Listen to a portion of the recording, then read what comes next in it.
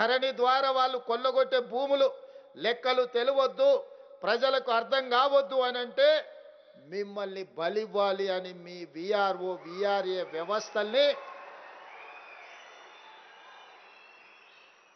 ధరణి ద్వారా కొల్లగొట్టాలనుకున్న వేలాది లక్షలాది ఎకరాల భూముల లెక్కలు పక్కాగా తెలిసిన విఆర్ఓ విఆర్ఏలను తొలగించుకోకపోతే వాళ్ళ దోపిడీ గ్రామ గ్రామాన తెలుస్తుంది. వాళ్ళ దుర్మార్గాన్ని తెలంగాణ సమాజం ప్రశ్నిస్తుందని మిమ్మల్ని బలి పశువులుగా నిలబెట్టిండ్రు. అందుకే ఎప్పుడైనా విశ్వాసం కలిగిన కుక్కనైనా చంపాలి అని అంటే పిచ్చిదని ముద్రయ్యాలి అని పెద్దలు చెప్పిండ్రు.